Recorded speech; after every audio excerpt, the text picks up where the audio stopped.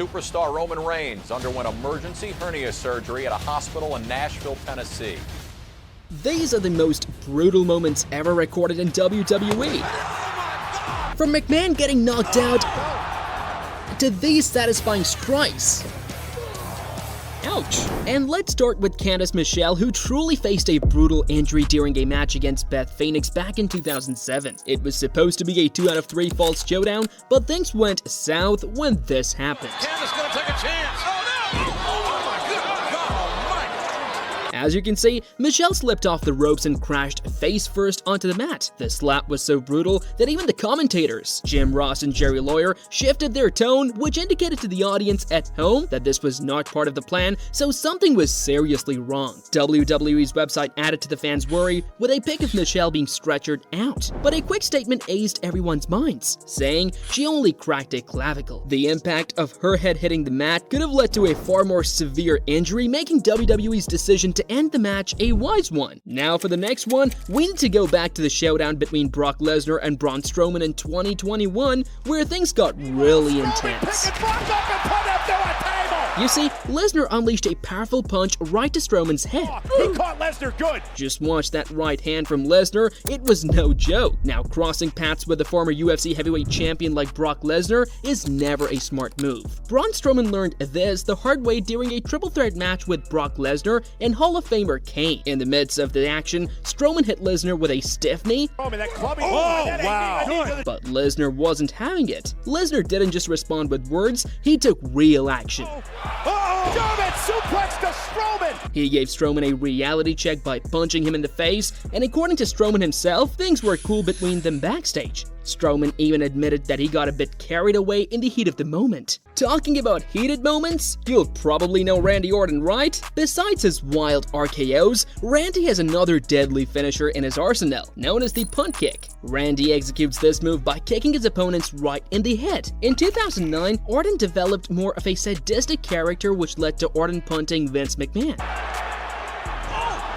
The kick resulted in a concussion and even busted his head open, which resulted in the move being banned by the WWE. The move was unbanned in 2020 during the new Legend Killer run. I don't know why, but somehow I want to see him performing another move on Vince McMahon, you know. Now, if you thought that was brutal, here's a fun fact. The next one will be even more brutal because what McMahon did against Big Show at Backlash in 2001 was absolutely crazy. In order to defeat the Giant in their last man standing match, McMahon did this. He climbed a 50-foot tower and just out of nowhere dived onto his opponent.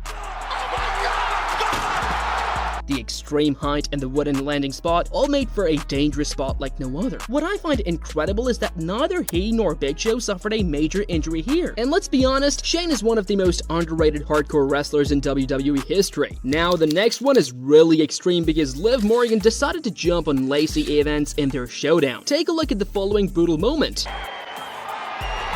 Ouch. But what the hell is the cameraman doing here? I mean, I get why it's a good angle, but he literally risked his life for this shot. The next moment is my absolutely favorite striking move ever done by a wrestler. 11 years ago, Kofi gave Miz more than he bargained for when he did this. Miz on that occasion.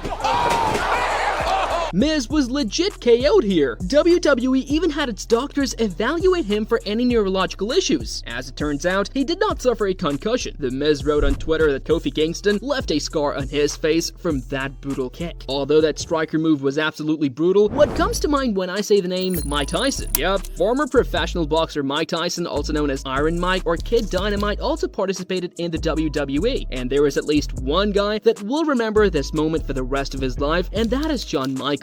You see, in WrestleMania 14, Tyson made a surprise appearance as the guest enforcer in the match between Michaels and Stone Cold. Michaels, facing retirement due to a back injury, was supposed to lose to Austin. The plan involved Tyson double-crossing Michaels, supporting Stone Cold, and delivering a knockout punch to end their friendship. However, I think Tyson either missed the memo or ignored it because look at what he did. He proceeded with the punch and an Austin t-shirt, totally ignoring the agreed-upon script. Backstage, Michaels was furious, ready to crash Austin's press conference and confront Tyson. McMahon's son Shane managed to calm down the enraged wrestler and avoid a potentially explosive situation with Tyson. I think it was better for Michael that Shane helped him to calm down because no one wants to fight with Mike Tyson. Now, to end this list of most brutal moments, we decided to place the following moment at our number 1 spot. And now Ridge with a throw is all dropping Big E right on the...